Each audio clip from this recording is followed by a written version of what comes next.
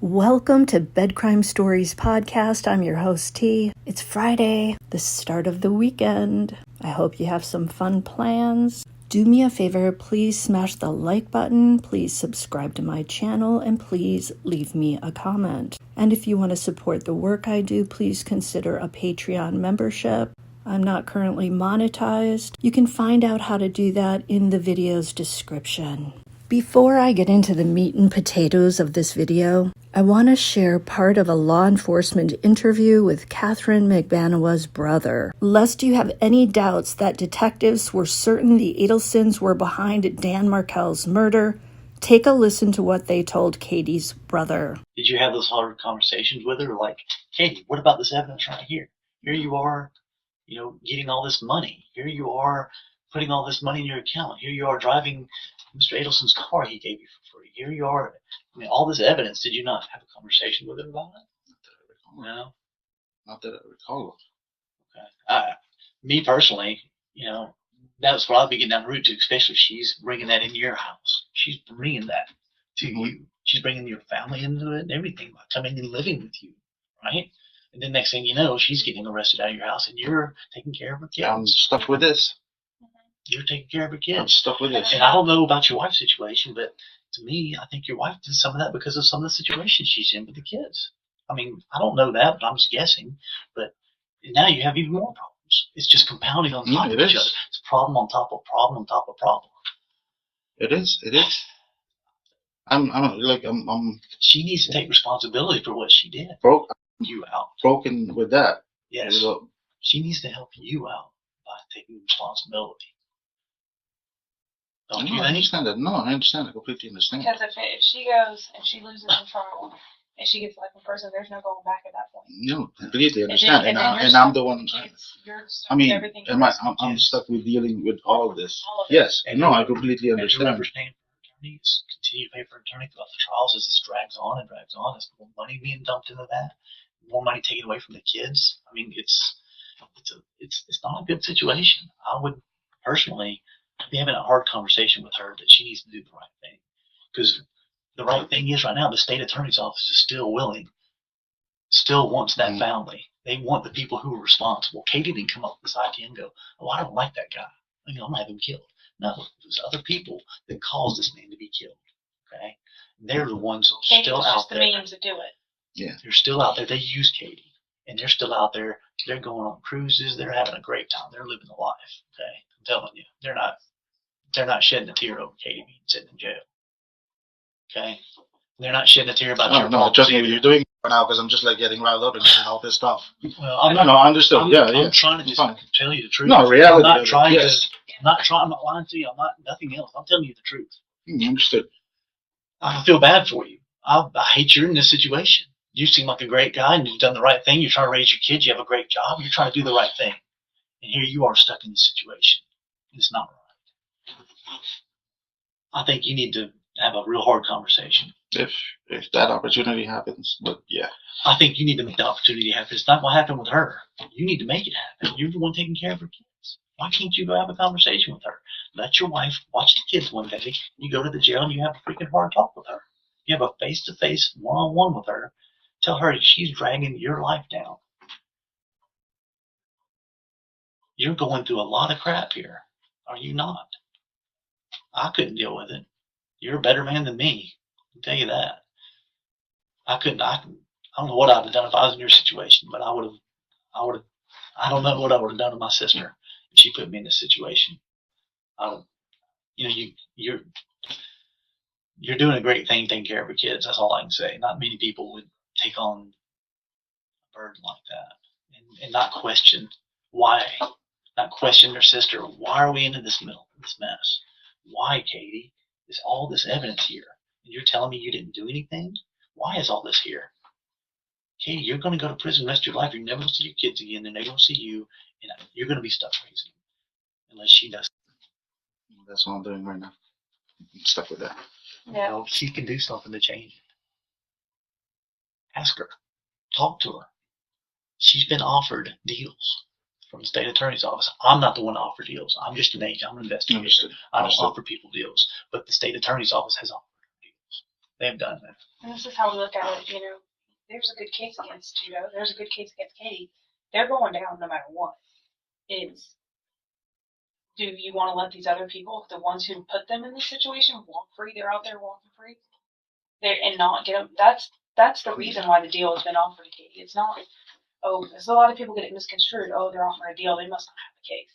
No, that's not the case, because that's a lot of people's thought, and that's probably what a lot of the attorneys say too. Oh, they're offering a deal. That means they're scared of trial. That's not the case. Deals are being offered because we want that other family. We want the people who put them in this position and put your whole family, because they took advantage of people that's not them. And I'm going to tell you exactly why they want that family so bad. You know who Dan Markel is. You know the name. He's a professor at FSU that was shot and killed. He had 2 kids. Mm-hmm. Those 2 kids are now being raised by the Adelsons. They will not let Dan Markel's parents see those kids anymore. I understand. That's a lower Tallahassee. Yeah. You understand that those people want the Adelsons so bad, they're putting the pressure on the state attorney's office to give Katie a deal. They want Katie to get a deal so they can get the Adelsons arrested. That's the truth of the matter, okay? That's why Katie's getting deals, not because we have a weak case, because we don't have a weak case. We have a very good case with Katie. Katie's getting offered a deal because of the family, because they're the ones that caused this. They're the ones that did this. And that's why. That's who we are trying to get. We're not trying to ruin Katie's life. We're not trying to ruin your life. Okay? No, I understand. How much on my life? One of the things that pisses me off the most about Wendi Adelson is her stating in her testimony during Catherine Magbanua's retrial in 2022 that she wanted to relocate from Tallahassee, Florida, all the way down to South Florida in order to give her 2 sons a more stable environment and to be closer to family. How is taking your 3-year-old and 5-year-old young sons 8 hours away from their adoring father, Dan Markel, providing a more stable environment closer to family?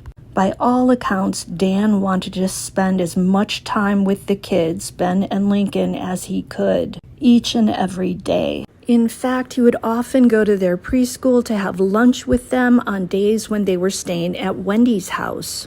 So Wendi thought her sons would benefit more by living near their toxic, overly controlling grandmother, Donna Adelson, and their vacation in South America to get down with underage girls' uncle, Charlie Adelson, the same uncle who hired hitmen to get rid of their father.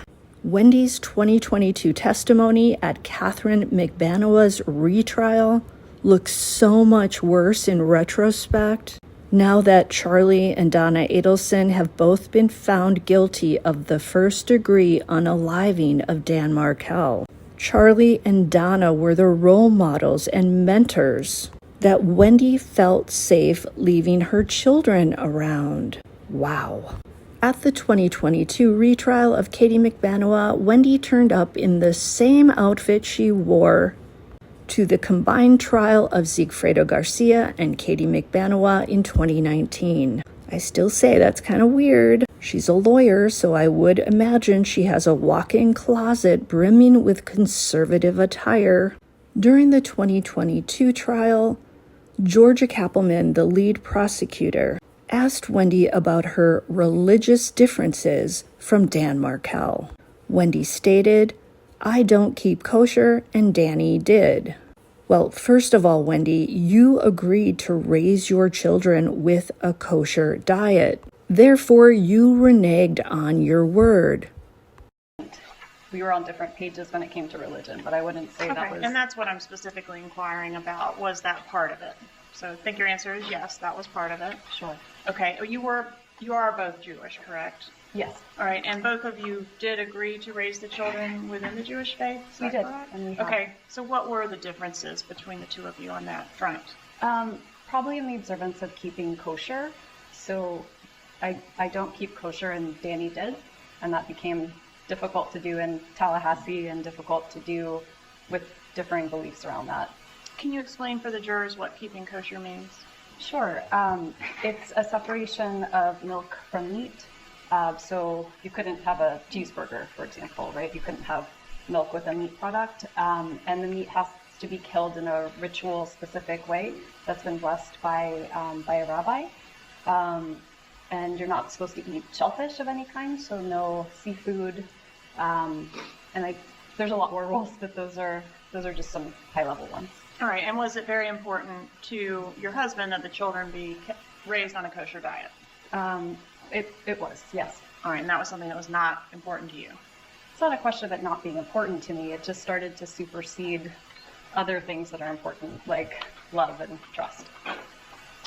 Okay.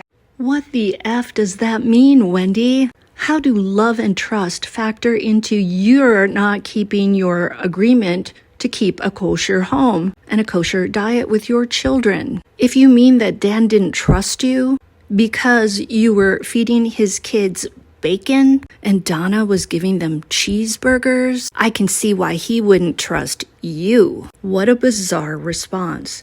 And note how Wendi throws in that dig at Dan Markel. She just can't keep herself from criticizing her murdered ex-husband, the guy who gave her those 2 boys. Lead prosecutor Georgia Cappleman pulled a great move on Wendi when she brought a massive 800-page binder up to the stand and asked Wendi if she recognized it. Wendi says it's the first time she remembers seeing it. She states, quote, "It's very big," end quote. Well, that binder contained Wendi and Dan's massive divorce file. By doing this and having Wendi remark on the size of the file, Cappleman is illustrating just how contentious the divorce really was. Wendi often has a tendency to downplay the nastiness of her divorce because, of course, she denies being involved in the plot to unalive her husband. So this was a major gotcha moment for Cappleman. Take a look and watch Wendi's face throughout this interaction.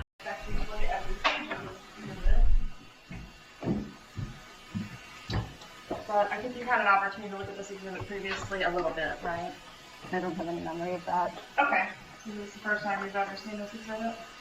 It's the first time I remember. It's right, very big. Take a look and kind of just thumb through it.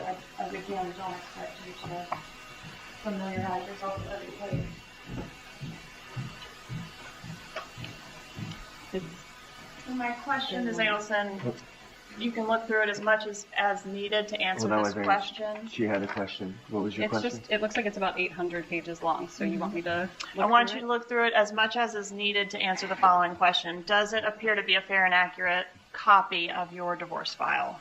I mean, from the front page, sure. Okay.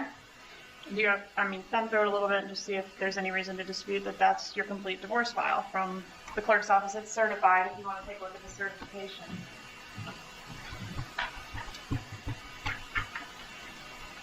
Okay.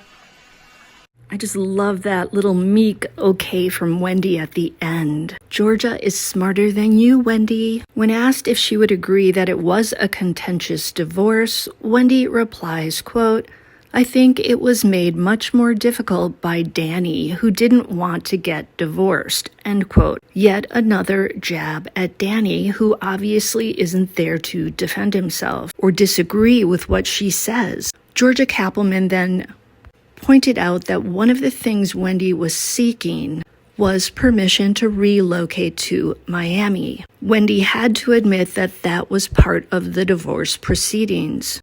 If Dan was angry at Wendi, don't you agree that her trying to move 8 hours away with his 2 sons would be a good reason to be pissed off? Wendi then blames Dan for her wanting to move away with their kids. She said that Dan never planned to stay in Tallahassee, and it was just a matter of time before he moved to New York to be with his girlfriend. Really, Wendi? The dad who wants to spend his every free second with his kids was planning to move away from them? To heck with my little boys, I'm gonna move to New York City just to be near my girlfriend. I don't think so.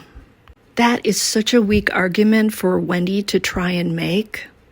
She's trying to make it look like she's the stable parent who has the kids' best interests in mind. Clearly, the judge saw right through Wendi because he shot down her request to relocate. When she was asked if the relocation was the most important part of her divorce filing, Wendi promptly replied no. Obviously, Wendi wants to downplay her and her mother Donna's desire to have her and the boys in Miami full-time and permanently. Wendi knows the prosecution's theory is that Donna Adelson was so determined to get Wendi and the boys to Miami that she schemed with her son Charlie to find a way to handle the Dan Markel problem. Ironically, Dan was such a stable and devoted father that he would never have agreed to let Wendi move that far away with his sons. And once Donna realized that Dan would never allow her to win this legal battle, she had to find another path for Wendi's relocation: murder. And there's nothing stable about Donna Adelson. In my opinion, she is batshit cray-cray. How do I know this? Because she thought it was okay to pay $100,000 to have some hitmen unalive her grandson's father. And I think it's pretty clear that she also thought that she and Charlie and whoever else conspired would never get caught. And she also believed that no jurors would ever find her guilty. Let's face it, it was a bad idea from the jump, but Donna didn't see that. That tells me she's a nutter, she's off her gourd, she's got a screw loose, she's got bats in her belfry, the elevator doesn't go to the top floor, and she's a few peas short of a casserole. Wendi claims relocation wasn't that important to her, and she admitted that her mother Donna was the one who was most upset. Wendi said, quote, "She was much more looking forward to having her daughter and her grandchildren home." That makes it sound like Donna already believed that Wendi and the boys would be coming to live in South Florida. Very strange wording. By the way, Wendi had to admit Danny was adamantly opposed to letting his kids move to South Florida, but she said what he wrote in his legal file was different from what he and she talked about. So she seemed to be implying that Dan agreed during some private discussion to let her move with his kids all the way to South Florida. But again, Dan is no longer alive and he can't refute her. Wendi, not only was your divorce incredibly contentious, it proved to be fatal for your ex-husband, Dan. Was the relocation to South Florida the most important part of your divorce? No. Was it your most non-negotiable term? No. Okay. But it was very important to you? I wouldn't say it was very important to me. Was it very important to your mother? She was much more looking forward to having her daughter and her grandchildren home. Yeah. All right.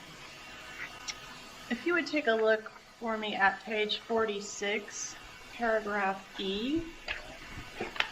Just read that to yourself and let me know when you've had an opportunity to read that. And in those paragraphs, Ms. Adelson, are you alleging that Mr. Markel has created a hostile work environment for you at the Florida State University College of Law?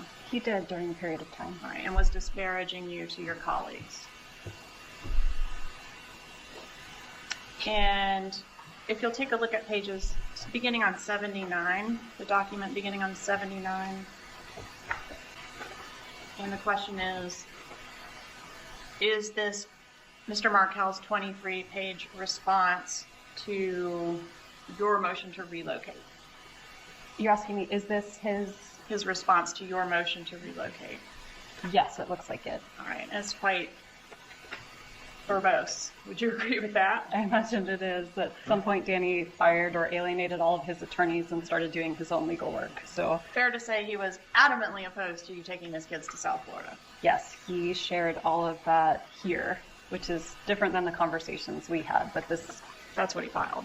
What he filed is what the judge sanctioned him for. All yes. Right.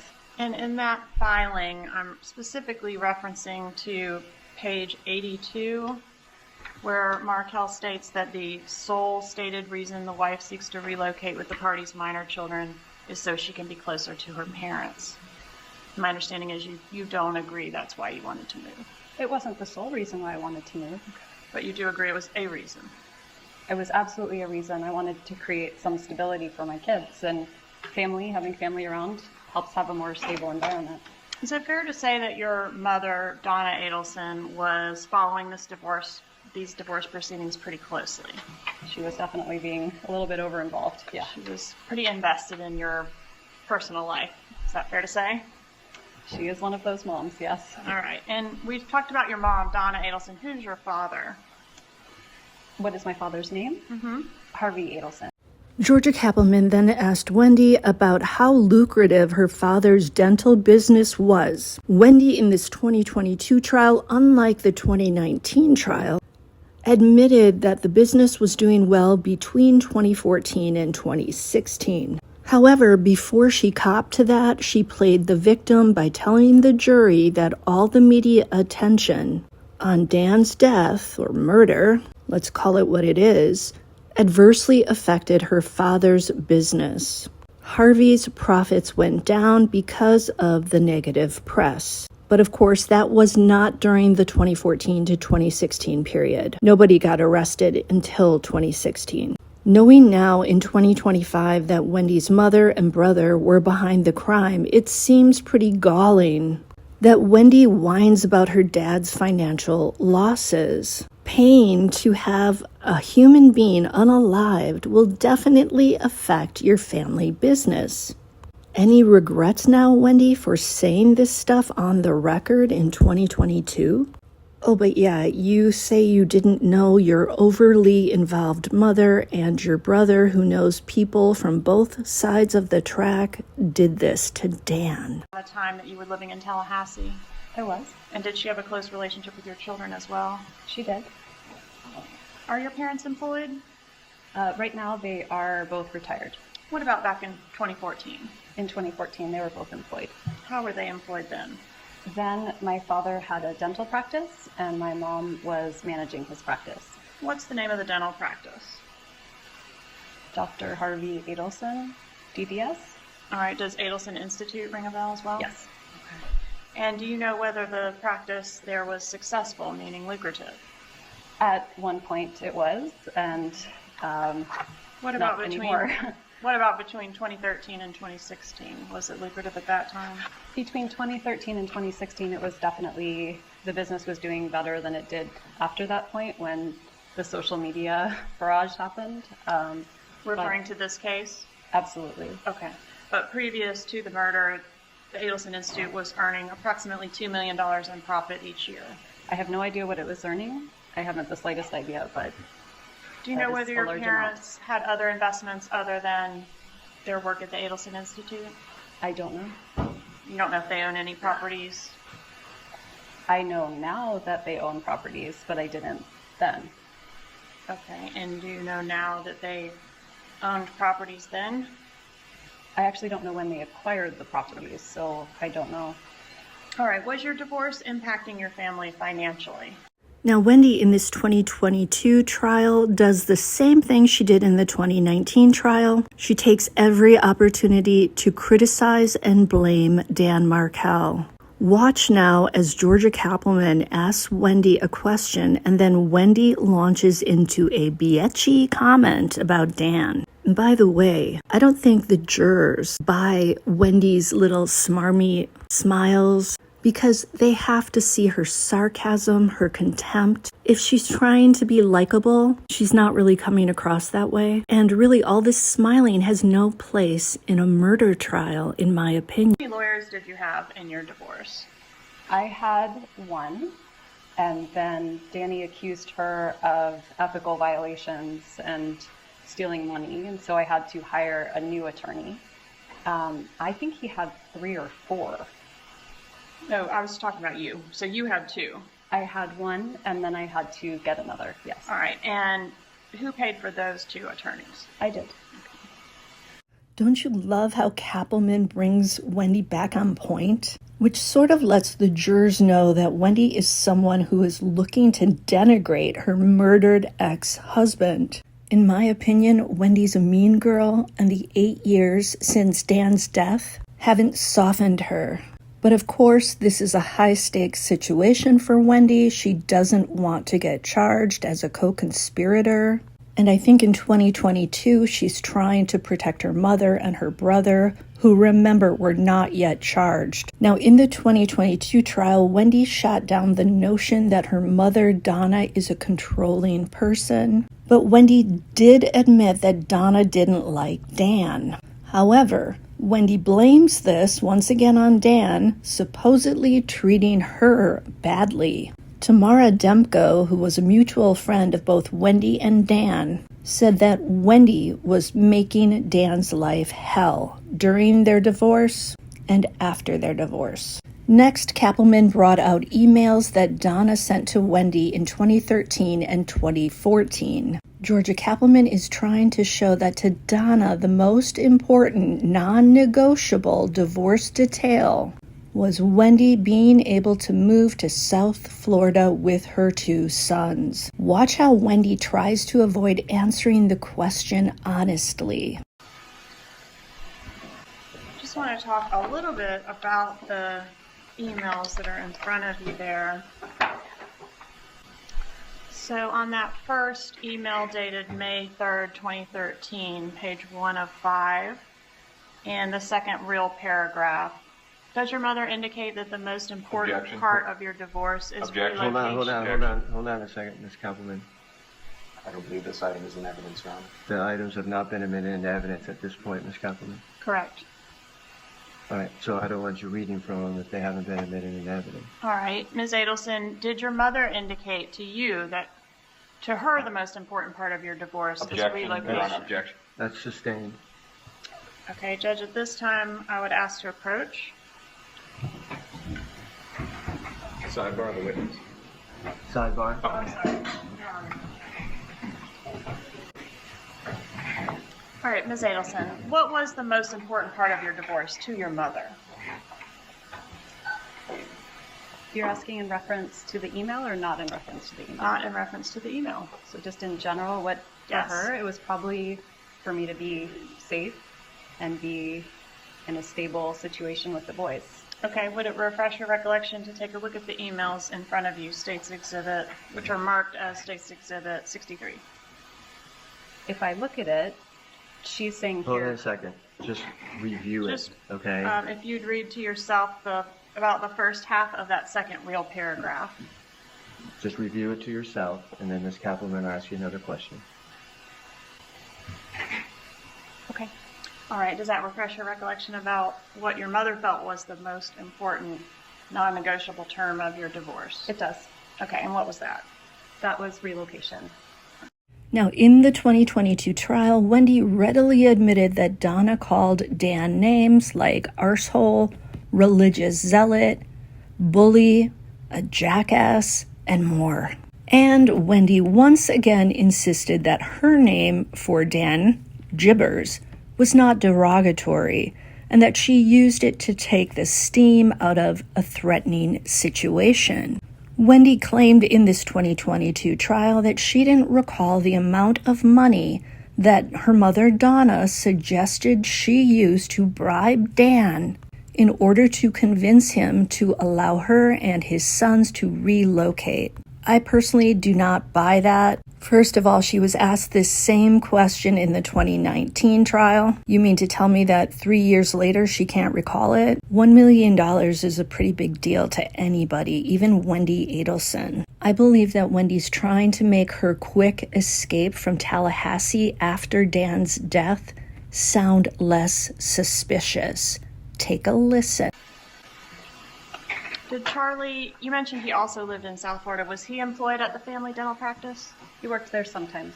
And what type of work did he do? He is a periodontist, so he would sometimes do implants or surgery for people.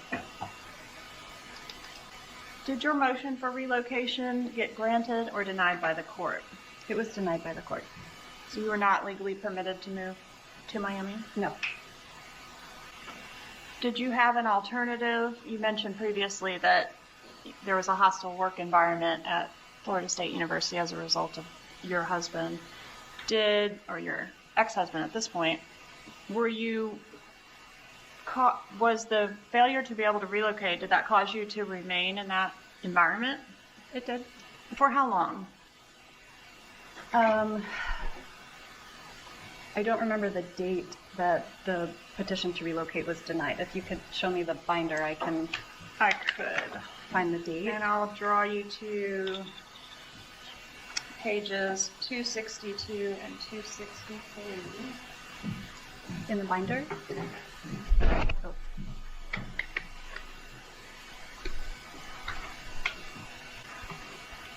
Okay, so the order was on June. No. What the date is?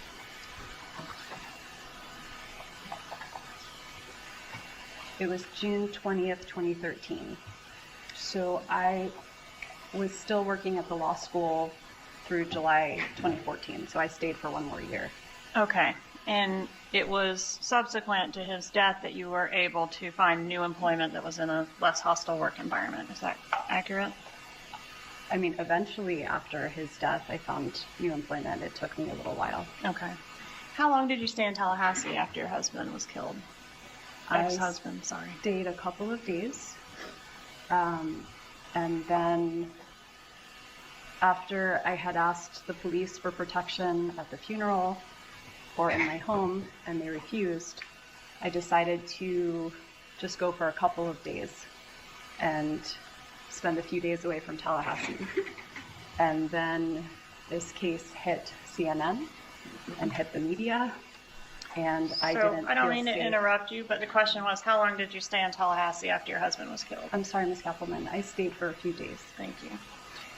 Georgia then asked Wendi about a motion she made against Dan and a subsequent motion that Dan made in response. Cappleman says the motions were pretty venomous. And Wendi replies, "Not on my part."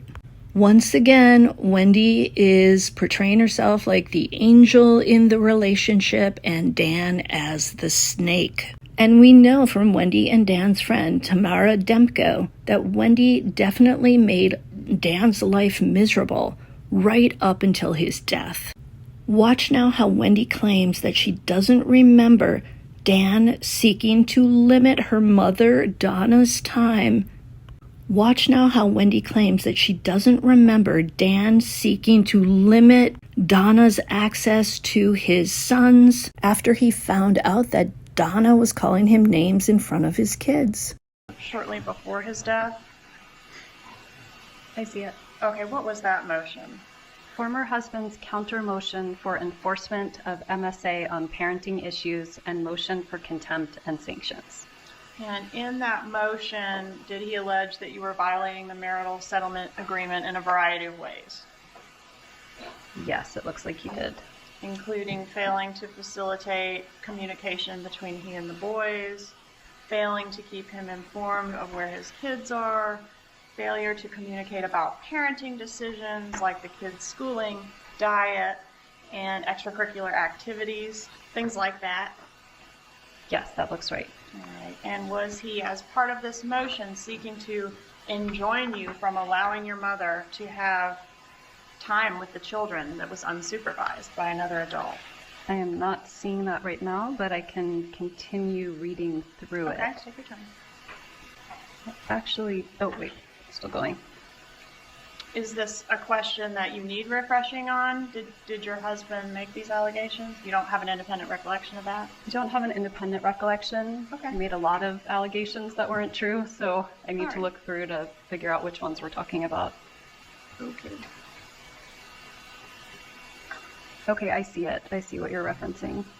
All right, so in that filing, Dan Markel alleges that your mother is disparaging him to the children, correct? That is correct. And he was seeking a court order saying she couldn't have contact with the kids unless there was another adult present, correct? I see that here. I don't think I took it seriously at the time, so it didn't really lodge in my memory. Did But your mom take it seriously? No. Was it ever ruled on? I don't know. If it were, it should be here, right? Yes, ma'am. Is it here? No, it's not. It was scheduled to be ruled on in August of 2014, right? I don't know. I don't know when it was scheduled for. I do know that nobody took it very seriously. Okay, so your mom wasn't worried about that motion being granted. Okay. I love how Georgia Cappleman is like, okay. I think she knows she's not getting the correct answers out of Wendi. Just my opinion. I think she knows Wendi's fibbing. Again, my opinion. What I see between Wendi and Georgia is really like a pas de deux, like a dance between them. Wendi constantly trying to paint herself as the angel in a positive light, same trying to paint her mother in a positive light. Like, my mom wouldn't do anything bad. And Georgia trying to point out the actual actions and words that show that they were being pretty darn bad and sneaky and mean. Yeah, that motion was never ruled on because Donna and Charlie hired 2 hitmen and got Dan unalived. Wendi wants everybody to believe that none of Dan's legal motions led to the crime.